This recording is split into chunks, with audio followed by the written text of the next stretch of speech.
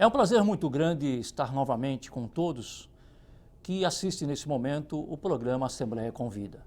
E nessa tarde nós estamos aqui reunidos para debater o assunto sobre aquariofilia, como também trazendo aqui os experts na área, nós queremos mostrar para o poder público para que eles possam se ater à necessidade de uma legislação específica que traga para o fomento da pesca não só a produção como a aquicultura, mas também trazer para os peixes ornamentais que hoje nós vemos os aquários montados em várias localidades e infelizmente não temos como ter os peixes para colocar dentro dos aquários com tanta facilidade como se apresenta dentro das lojas. Muitas vezes participamos de uma consulta médica e vemos lá um aquário muito bonito e que demonstra ali um momento de interação do homem com o ambiente aquático. Mas para que se forme aquele aquário, há muitas dificuldades. E é por isso que estamos recebendo nessa tarde pessoas que nos vão, junto conosco, vamos trazer algumas informações. Quero agradecer a presença aqui do Cássio Ramos, que é produtor de peixes ornamentais. Obrigado pela sua presença, Cássio. Muito obrigado, deputado. Um prazer enorme de estar aqui. Também conosco está o Alexandre Talarico, que é produtor de peixes ornamentais e organismos aquáticos. Obrigado pela sua presença. Igualmente, muito obrigado. Recebemos também o Ricardo Bittencourt, que é presidente da Associação Brasileira de Aquariofilia, Abraqua. É um prazer muito grande estar aqui para debater esse tema que, infelizmente, está só nos bastidores e que queremos, com a sua participação, com a participação de todos vocês, levar isso ao público que nos assiste. Satisfação é toda nossa, Excelência. E para falar um pouco mais deste assunto, nós vamos passar um vídeo. E após o vídeo, eu gostaria que o Cássio pudesse nos explanar o que é que está acontecendo ali naquele vídeo. Então, esse é um vídeo gravado por mim numa fazenda de reprodução de peixes ornamentais na Malásia. A Malásia é um dos polos produtores de peixes ornamentais do mundo. E o que é curioso de entender do processo de criação de peixe ornamental mundial é que esta fazenda a qual está sendo gravado o vídeo é especialista na criação de apenas 2 espécies de peixes, ambas endêmicas do Brasil. Endêmicas só existem em território brasileiro, né? São de origem brasileira e são criadas hoje na Malásia e vendidas para o mundo inteiro. E por que eu me pergunto, por que eu como produtor de peixe não consigo criar essas espécies hoje no Brasil? A resposta está na grande dificuldade burocrática. Hoje a legislação não permite que um empresário brasileiro possa desenvolver a criação dos peixes brasileiros. É mais fácil criar um peixe de outra origem do que um próprio peixe brasileiro, cujo valor é enorme para o mercado, cuja facilidade de ter o ambiente onde ele vive é o próprio do meu país e a burocracia não enxerga isso. A legislação acaba classificando peixe, independente se ele é de corte, se ele é para consumo, se ele é para soltar no lago, se ele é para repovoamento, para o que é que seja, a legislação é uma só. E acaba diminuindo, acaba matando, eliminando a possibilidade da criação ornamental crescer e se desenvolver. Bom, como você pode ver aí e assistir, a Malásia buscou aqui no nosso país os peixes, levou para a sua produção. Hoje eles produzem e, por acaso, trazem para nós comprarmos, porque nós não podemos produzir. Seria isso, Cássio? Exatamente. É triste assumir isso, mas é isso que acontece. Hoje é mais fácil, mais barato importar o peixe, pagar em dólares, todo o trâmite burocrático de importar, do que desenvolver, do que batalhar para a legislação brasileira liberar você para conseguir produzir um peixe desse.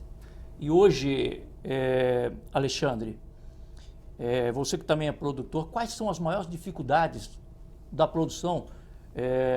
Nós estivemos conhecendo um trabalho muito bom e quero agradecer pela oportunidade de ter essa apresentação que tive, a aula que pude ter.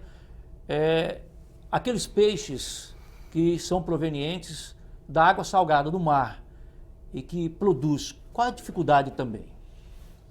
Então, nós optamos por criar peixes marinhos porque é o nicho onde está o maior grau de dificuldade.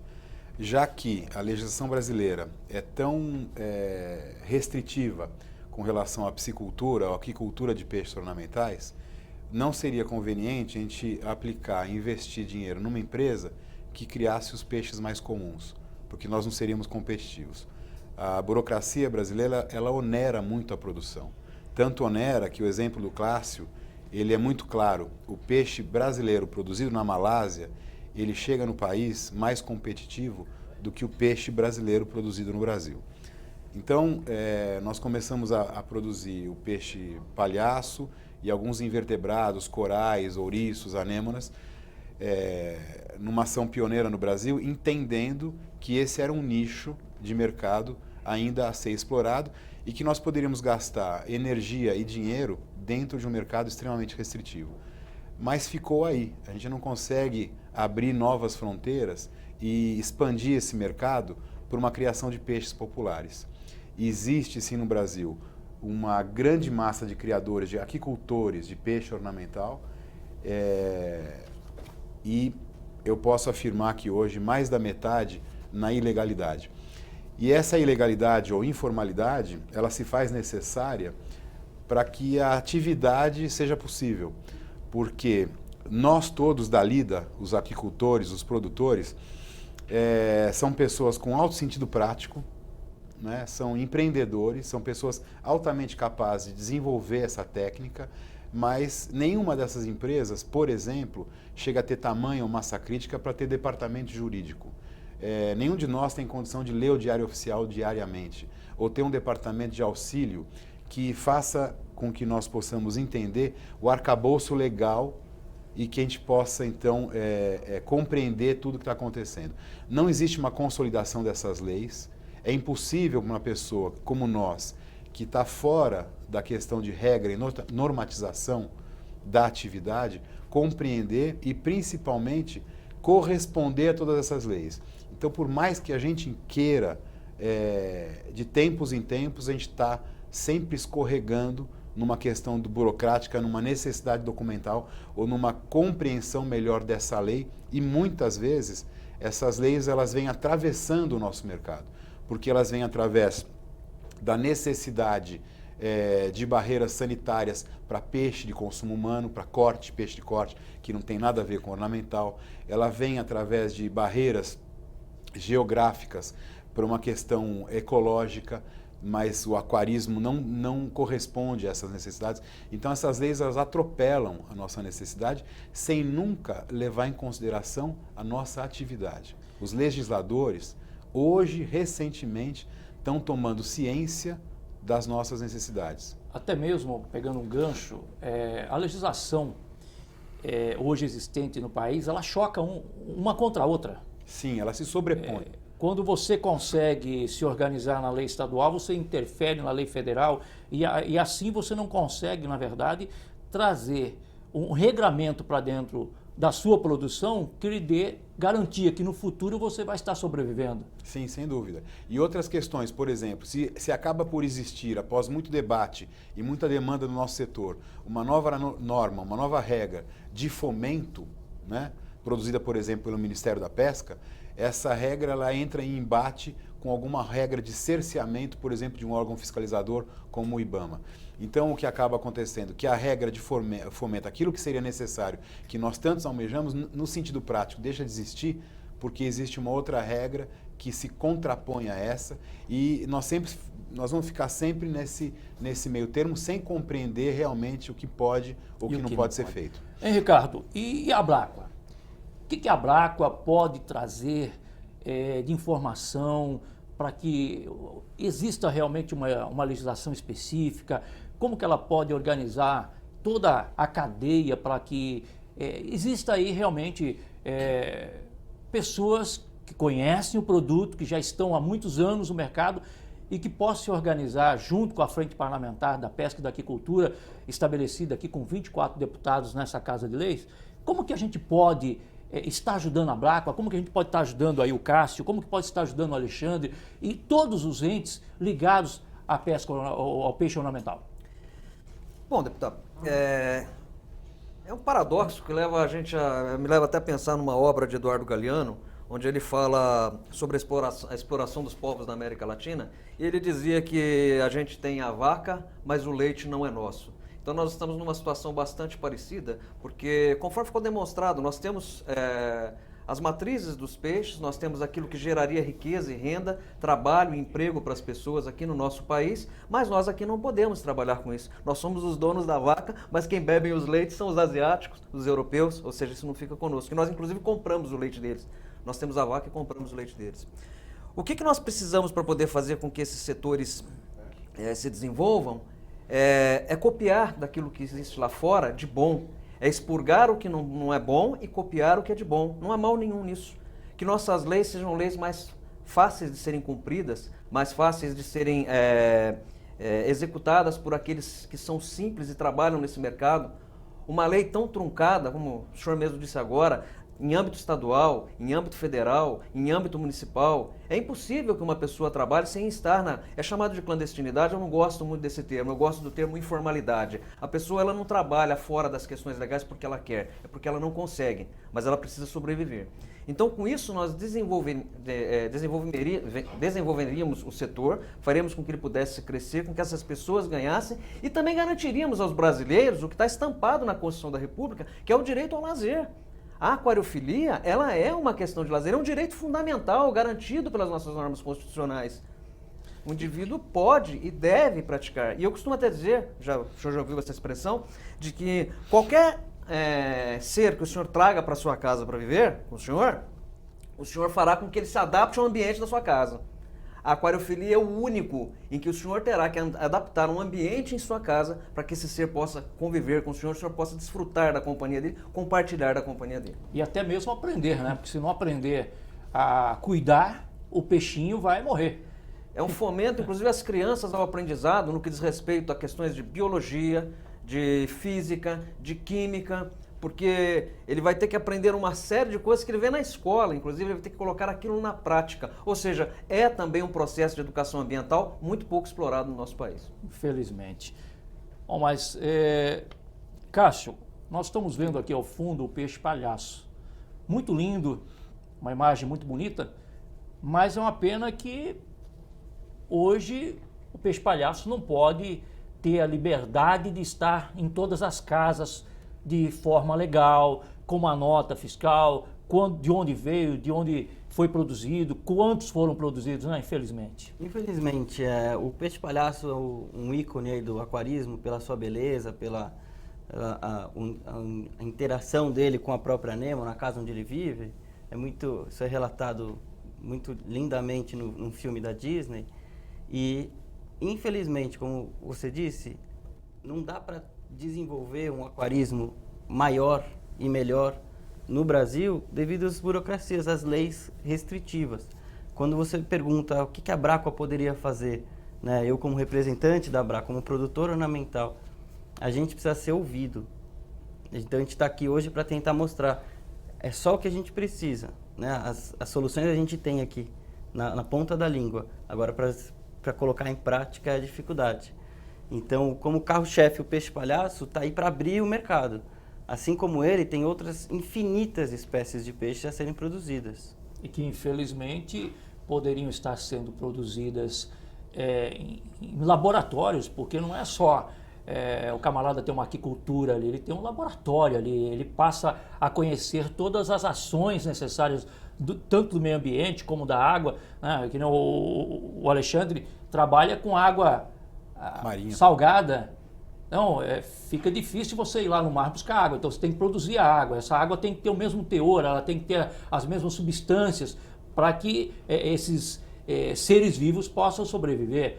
Então nós estamos falando de uma criação fora do contexto mar, oceano, para dentro de locais específicos, com toda a adequação para que essas espécies possam se reproduzir e, em vez do camarada ir lá e pegar um pedaço de um produto que ela queira colocar no seu aquário, ela não vai lá arrancar isso da natureza, ela vai produzir ali numa aquicultura, numa piscicultura, num local específico. Então, acho que nós, na verdade, estamos vendo a contramão, né?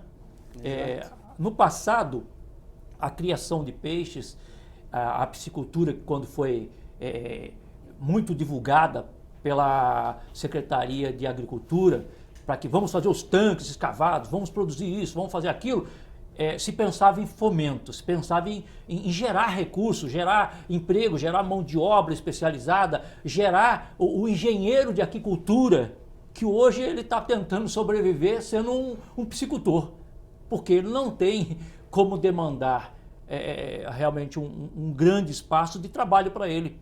Ele ficou 5 anos, especializou-se mais 2 anos em um determinado produto da aquicultura, só que ele não pode colocar isso em prática. Então, eu acho que a gente está indo na contramão. Eu acho que se lá atrás era fomento, hoje poderia ser muito mais divulgado como fomento. Porque hoje, com a internet, seria muito fácil você colocar um site específico mostrando qual é o peixe que você tem para vender, qual é o produto que você pode colocar dentro da casa da pessoa, e isso poderia ser tudo catalogado. Mas, infelizmente, nós estamos paralisados, e paralisados muitas vezes, como nós temos ouvido muitos produtores de peixes ornamentais, que eles não sabem o que fazer no futuro. Hoje eu tenho, amanhã eu não sei se eu vou ter. Pode ser que amanhã eu tenha um problema aqui e tenha que parar de produzir. Só que se ele para de produzir, alguém vai ter que ir lá no oceano e vai arrancar de lá para fazer esse produto chegar até o consumidor. Então eu acho que é um momento realmente muito importante a vinda dos senhores até a Assembleia Legislativa do Estado de São Paulo e ter esse canal da TV Assembleia para falar do produto de vocês. E nós temos algumas outras imagens. Vamos assistir mais algumas imagens, por favor?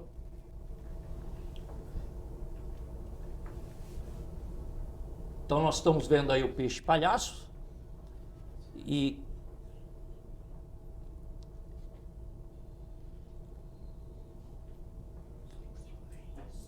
o peixe palhaço, que é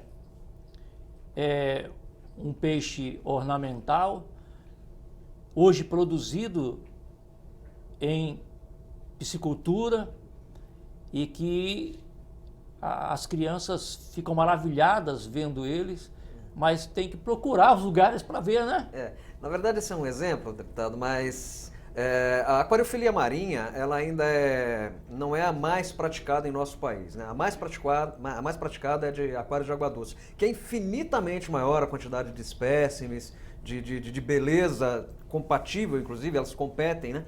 A marinha sempre tem um pouco mais de destaque, porque tem colorações mais bonitas, mais pujantes, mas a beleza da vida não se pode mensurar. Então a gente analisa em todos os ambientes, existe aquele carisma do aquarista para com o seu aquário, né? Um outro fator, o senhor acabou de mencionar sobre a questão dos peixes. Se o senhor for numa feira hoje comprar uma pescada branca, o senhor vai pagar mais ou menos uns 17, 18 reais o quilo dela não limpo. Se for em filé, é muito mais caro, em torno de 38, 40 reais. Se o senhor comprar uma carpa, o senhor vai pagar em torno, com 100 gramas, o senhor vai pagar em torno de 60 a 70 reais. Então veja o valor que existe agregado sobre esse tipo de animal, sobre esse tipo de atividade. Então o aquicultor, além dele ter a não exploração ou diminuição da exploração ambiental, ele ainda tem condições de agregar mais valor. E mesmo a exploração ambiental utilizada para aquariofilia, ela não é comparável à exploração ambiental para o consumo ou para outras ramificações. O pessoal fala, por exemplo, das rochas vivas usadas em aquário marinho. É uma captura quase que ornamental, quase que artesanal. Desculpa, quase que artesanal, a quantidade é muito pequena. As indústrias lá de rações, de cosméticos, exploram isso com um sistema de dragagem, ou seja, de uma forma muito mais intensa, muito mais degradante. Então, quer dizer, nós somos tidos como vilões nessa história, mas não somos vilões. É porque sempre foi mais fácil bater no mais fraco. Mas o setor não é. Ele é responsável por uma outra coisa, a alegria de muitas famílias e o sustento de várias outras, e não dessa degradação que nos impinge. E a degradação, ela vem, Ricardo, também, muitas vezes na questão da pesca de arrasto. O camarada está lá pescando camarão e ele arrasta todo o fundo do mar e deixa só a areia ali. Então, acho que temos que debater muito esse tema, nós temos que trazer a discussão. Eu acho que é momento de se criar-se aí uma discussão, não apenas aqui no estúdio, mas fazer uma audiência pública, trazendo as pessoas que são ligadas ao setor, trazer alguém aqui ligado ao meio ambiente, trazer alguém aqui da agricultura, que a agricultura tem que vender, tem que fomentar, tem que incentivar. Então, eu acho que é momento de começarmos a discutir no Estado de São Paulo, que é o maior estado da federação e que tem que servir de exemplo, né? Foi feita uma lei que regulamenta hoje a aquicultura e a pesca no Estado de São Paulo, mas que está longe, muito longe, Ricardo, do ideal. Muito longe. Praticamente nós estamos colocando o fiscal dentro do nosso produto. Não dá. Aliás, o senhor está de parabéns exatamente por essa iniciativa, porque sempre foi feita a colocação de vamos ouvir o ambientalista. E nunca se ouviu a parte da cadeia produtiva, sempre foi relegada ao segundo plano. Como Vossa Excelência bem sabe... Não legada, foi marginalizada. Marginalizada. Como Vossa Excelência bem sabe, sustentabilidade, ela se aplica num tripé. São três os esteios em que ela se baseia. É o ambiental, o social e o econômico. Se eu só privilegio o viés ambiental, eu estou fazendo um detrimento grande aos outros dois. Então é preciso que se busque um equilíbrio. Com certeza. O momento histórico é muito importante também, porque se olhar o histórico do aquarismo, ele começa com uma atividade, um hobby, né? E dependendo totalmente da coleta dos peixes ornamentais. Isso foi se desenvolvendo e por volta dos anos 60 começam as grandes aquiculturas de peixe ornamental de água doce, onde a técnica era mais fácil de se obter. Nos anos 90 começou a se criar então os peixes marinhos, e aí a gente fala com muito orgulho que nós somos pioneiros no Brasil e também pioneiros no mundo. Quando se criava peixe palhaço, os primeiros peixes marinhos no mundo inteiro, já se fazia isso no Brasil. O Brasil não devia nada a ninguém. Bom, Alexandre, eu quero pedir licença a você. Nós vamos a um breve intervalo e já retornamos falando um pouco mais sobre o peixe ornamental.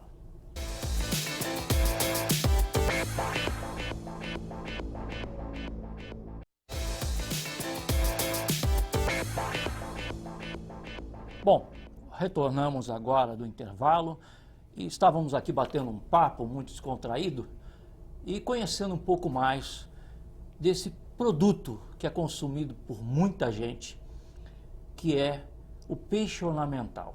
Você vai lá numa casa, está lá um aquário e aquele peixinho está lá por muito tempo. E ali você quer colocar um outro, quer colocar um enfeite, quer melhorar, quer aumentar o aquário, mas como fazer isso? E essa é uma pergunta que eu gostaria de levar aos senhores. Alexandre, quantos produtores ou qual é a base de cálculo que nós temos, qual é a produção disso, quantos hoje estão regularizados ou não estão regularizados, quantos peixes a gente tem produzido hoje? Sim. Se nós formos falar aqui em números oficiais, o que vai ser apresentado para a gente é a ponta do iceberg. É um número que expressa talvez 1/10 da massa crítica da quantidade de consumidores, diretos e indiretos, que nós temos nesse mercado.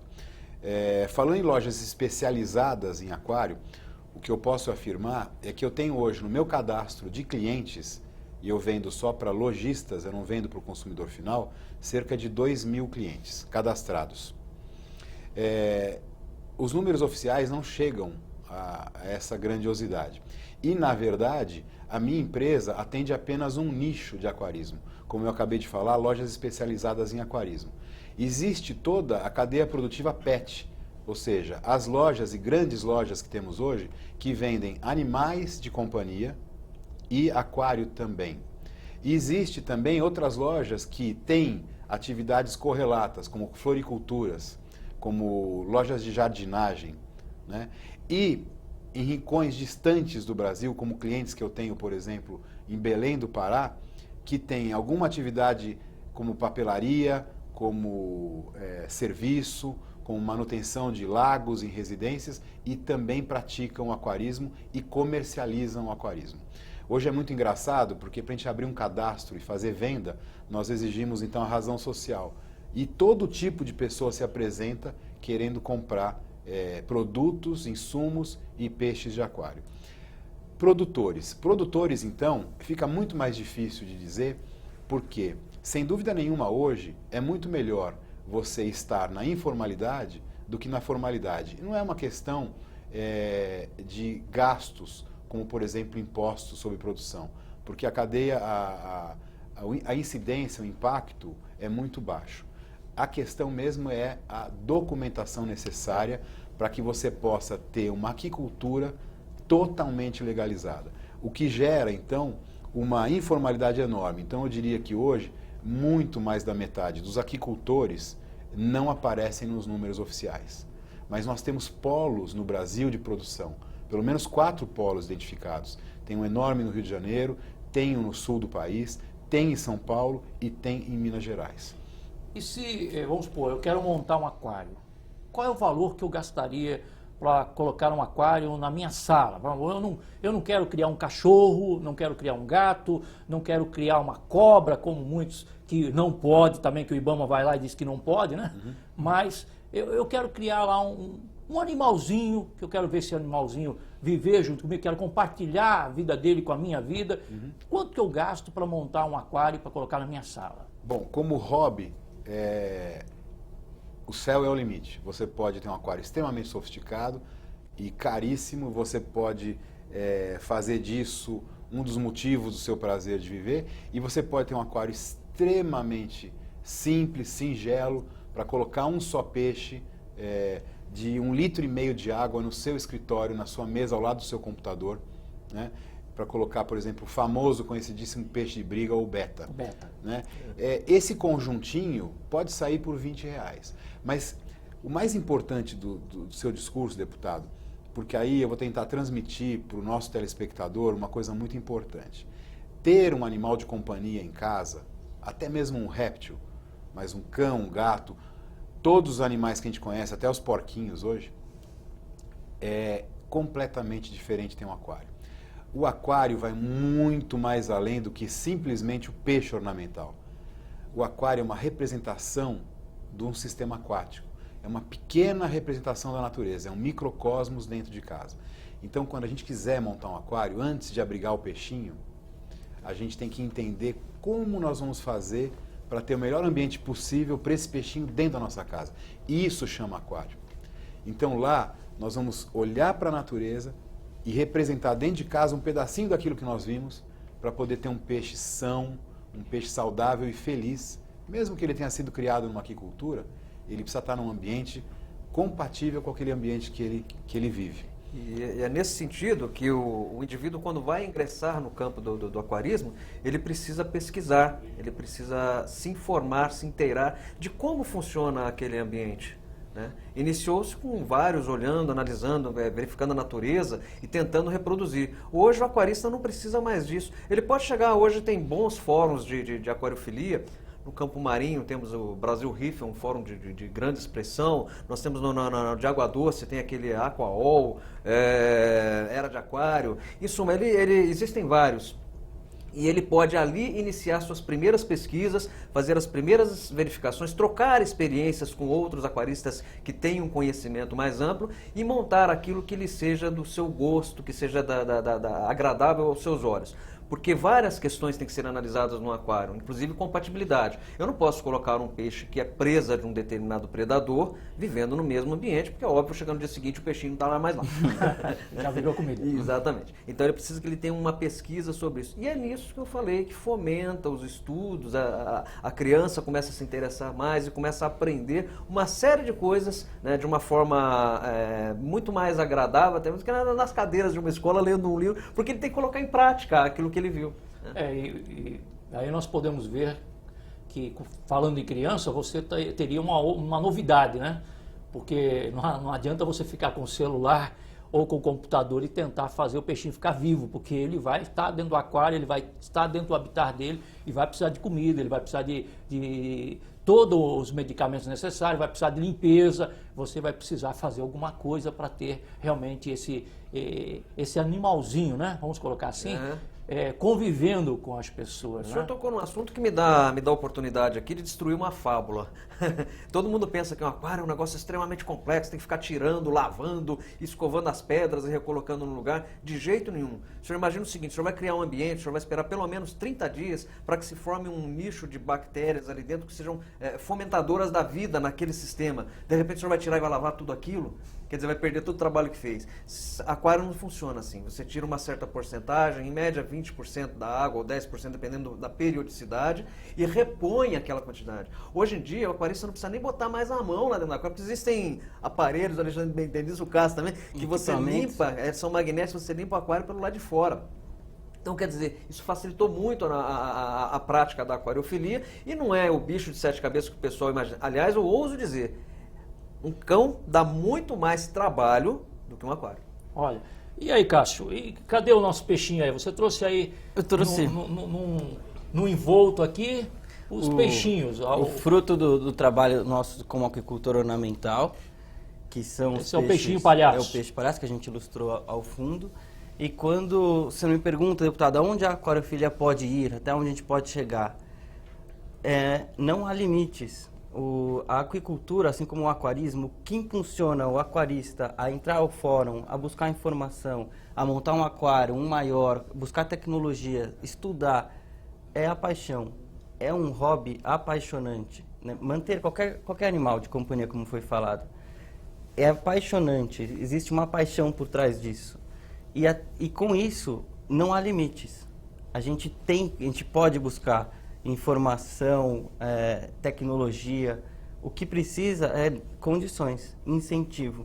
Um simples incentivo para essa quantidade enorme de aquaristas que a gente tem no Brasil. A gente vê na internet hoje aos montes, um pouco de incentivo, a gente vai levar o Brasil a ser pioneiro na produção, na criação, porque recurso a gente tem. O Brasil hoje tem terra, tem água, tem espaço e tem as espécies. Tem tecnologia. Tem tecnologia na nossa mão. Tem o clima perfeito. A informação está aí. Temos os climas. Em todos os profissionais ambientes competentes. Em todos os ambientes brasileiros, seja no sul, no oeste, no norte, há peixes nos rios. Há peixe de água fria, há peixe de água quente, há peixe de água parada, há peixe de água corrente. O que falta é incentivo. É falar, criem peixes. Aqui está. Aqui, eu disponibilizo para você uma lei, uma regra, uma norma, faça, e coisas maravilhosas surgirão. E que seja facilitadora, não, Castro? É um dos grandes entraves. O indivíduo quer começar hoje em dia na aquicultura, primeiro grande entrave que ele vai encontrar, licenciamento ambiental. Ora, você vai falar isso para o indivíduo que ele vai ter que gastar mais de 1 milhão e ele está querendo iniciar só no licenciamento ambiental. E o pior, deputado, é que existem já normas que facilitam isso e não são aplicadas. Se a gente pegar, por exemplo, a Instrução Normativa 403, Resolução 413 do CONAMA, ela diz lá no artigo 7º que as produções de pequeno impacto são dispensadas do licenciamento ambiental. Por uma questão muito óbvia. O pequeno aquicultor, ele não tem essa disponibilidade financeira para poder bancar um impacto inicial de despesa para iniciar seu negócio. Isso até é uma regra, né? Nós temos aí a nova legislação da aquicultura que determinou até mesmo dentro dos lagos, eu posso colocar tanques-redes em 1.000 metros cúbicos ali e posso produzir. Uhum. E muito mais, a análise desse local, ela vai ser feita num determinado período. Uhum. Eu não vou precisar bancar as análises desse pequeno uma nova, né? Uma nova modalidade de conquista financeira para aquela família, né? Então, eu acho que nós temos que levar esse anseio dessas pessoas que estão aí com vocês há muito tempo mesmo, lutando para que sejam reconhecidos, e a Frente Parlamentar da Pesca e Aquicultura está nessa casa à disposição de vocês, à disposição de discutirmos, de fazermos audiências públicas, de levarmos realmente essa novidade para as pessoas que estão do outro lado, que muitas vezes não conhecem a dificuldade que esse produtor tem para montar o aquário dela na casa dela.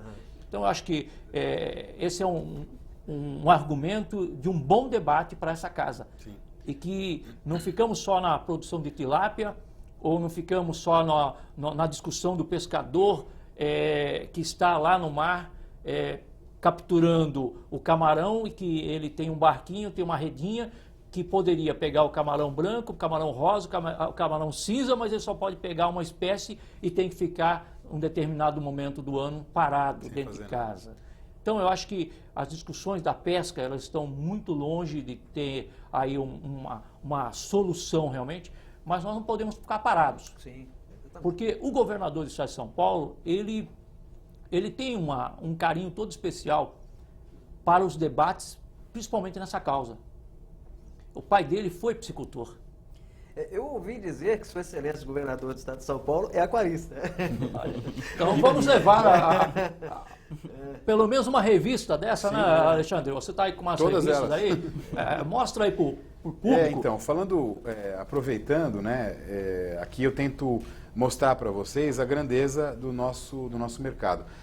Nós temos 4 revistas especializadas neste assunto, produzidas no Brasil, 2 de altíssima qualidade. Aqui é o exemplo de uma delas, né, que se trata só do mercado de aquariofilia, das técnicas, dos produtos, dos peixes, de todas as necessidades e dos assuntos.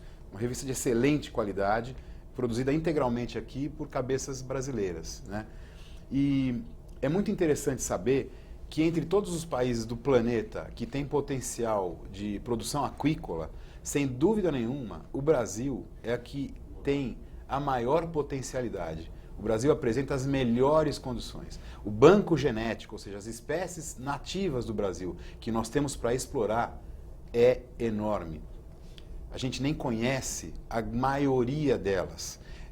O espaço, como o Cássio falou, a luz, os leitos aquáticos, temperatura, o clima que nós temos, de altíssima produtividade, tudo aquilo que a gente consegue fazer com agrobusiness, a gente pode representar de igual maneira na aquicultura. E aí vem também o que ele acabou de falar, da questão da educação ambiental. Eu fui uma criança onde o meu pai me deu um aquário de presente e eu construí tudo isso que eu tenho a partir daquele pequeno aquário da minha infância. Aquilo foi uma janela para o meu conhecimento. Toda forma de estudar para mim foi naquilo que eu podia aplicar na prática do aquarismo. E por último, a questão social. A aquicultura, o aquarismo em si, mesmo uma pequena loja de aquário, ela emprega gente e especializa o trabalhador. Se aprende muito trabalhando numa loja de aquário. A aquicultura é emprego intensivo, precisa de cuidado integral. Então, gera mão de obra, gera emprego, ensina pessoas que não têm uma profissão. E uma prática muito interessante porque é multidisciplinar. Você não vai aprender só a criar o peixinho, aprende conceitos de física, química, clima, meio ambiente, conservação. Né? Vai ter que aprender a fazer existir prática. Vida. Isso que é Exatamente. importante. E, Alexandre, essas revistas que você estava mostrando, ela só pôde existir porque alguém foi lá e produziu esse peixinho para tirar foto. Claro. Porque teve Esses peixes uma são criados em dificuldade. cativeiro. Teve uma dificuldade para se montar essa revista.